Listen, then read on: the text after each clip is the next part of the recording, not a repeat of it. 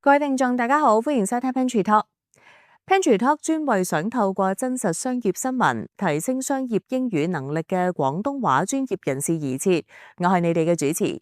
今次焦點係美國最高法院對前總統特朗普關稅政策作出重大裁決。根據 CNBC 報導，案件核心圍繞特朗普政府當年引用 International Emergency Economic Powers Act， 即係 IEEPA， 對多個國家實施廣泛關稅。最高法院最終裁定，總統並冇足夠法定授權去透過呢條法律大規模只收關稅。簡單講一句，最高法院認為只收關稅屬於國會權力，而唔係行政部門可以隨意擴張。呢個裁決即時令市場產生一個問題：美國未來對中國、對亞洲、對全球供應鏈嘅貿易策略會唔會出現轉向？根據 SCMP 報導，台灣方面已經開始要求釐清影響範圍，因為如果關稅基礎被推翻，部分原本建立喺關稅結構之上嘅供應鏈安排，理論上都有可能要重新評估。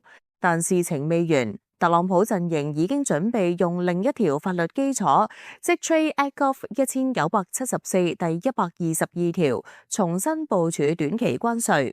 換句話講，最高法院限制咗一種做法，但未必終止整體貿易對抗思維。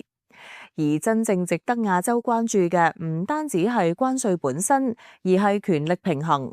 因為呢個裁決某程度上削弱咗白宮喺談判桌上嘅單邊槓桿。呢個發展可能提升中國喺即將舉行峰會前嘅談判籌碼。對亞洲企業嚟講，呢個裁決帶來兩種信號。第一，短期市場情緒偏向正面，因為關稅不確定性暫時減少。第二，中長期不確定性反而上升，因為政策工具箱變得更加複雜。而你作為管理層，真正要問嘅問題係，你公司嘅 supply chain exposure 有幾多仍然受制於美國政治週期？了解完最新嘅市場動態，我哋嚟到今日嘅詞彙學習環節。我哋會教大家5個同今次主題相關嘅財經英文詞彙。第一個字係 separation of powers。separation of powers 中文係三權分立、權力分隔制度。呢個概念指立法、行政、司法3個部門之間互相制衡，防止任何一方權力過度集中。今次最高法院正正就係行使司法權，限制行政權。喺呢單新聞入面， separation of powers 成為關鍵框架，因為法院裁定總統唔可以繞過國會只收廣泛關稅。例句 The ruling reinforced the separation of powers between Congress and the White House。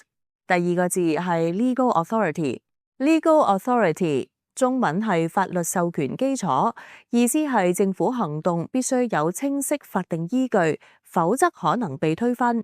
今次裁決指出，引用 EPA 並不足以構成長期全面關稅嘅 legal authority。對企業嚟講，理解政策嘅法律基礎有助評估可持續性。例句 Investors questioned whether the administration had the legal authority to impose such sweeping tariffs。 第三個字係 leverage。leverage 中文係談判槓桿優勢。leverage 指一方喺談判中擁有嘅優勢資源或籌碼。CNBC 指出，裁決可能削弱美國嘅 leverage， 同時提升中國喺峰會前嘅談判位置。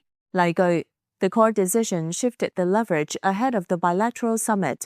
第四個字係 trade uncertainty。trade uncertainty 中文係貿易不確定性。呢個詞指政策方向未明朗，企業難以預測成本或市場准入。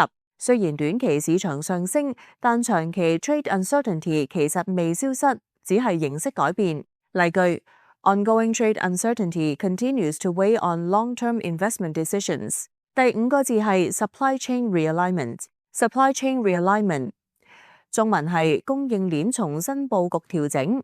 Realignment 意味企業重新配置生產基地或採購來源。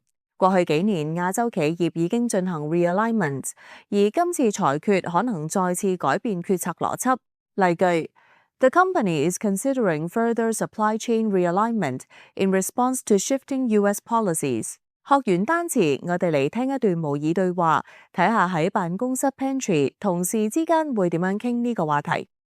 Given the Supreme Court ruling, I think we need to reassess our exposure to U.S. tariff risk. Even if the current framework is overturned, a new mechanism could be introduced within months. I agree. The key issue isn't just the tariff rate itself, but the unpredictability of the legal foundation. If policy tools keep changing, our long-term capital allocation model may need more flexibility. Exactly. We structured our Southeast Asia expansion partly to hedge against tariff escalation. If the leverage dynamics between Washington and Beijing shift again, we might see a different trade posture by next year. Perhaps we should scenario plan around 3 cases: full rollback, temporary replacement tariffs, or a broader congressional intervention. That way, our supply chain realignment decisions won't be reactive. Let's prepare a briefing for the board. This isn't just a legal story, it's a structural shift in trade governance. 希望頭先嘅對話可以幫到大家理解點樣應用呢啲詞彙。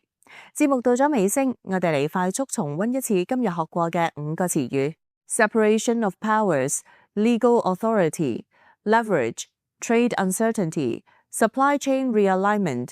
今集重點唔係話關稅會唔會消失，而係權力邊界被重新界定。對亞洲企業嚟講，真正風險唔係單一政策，而係制度層面嘅變化。未來幾個月，美中峰會走向可能比關稅數字本身更加關鍵。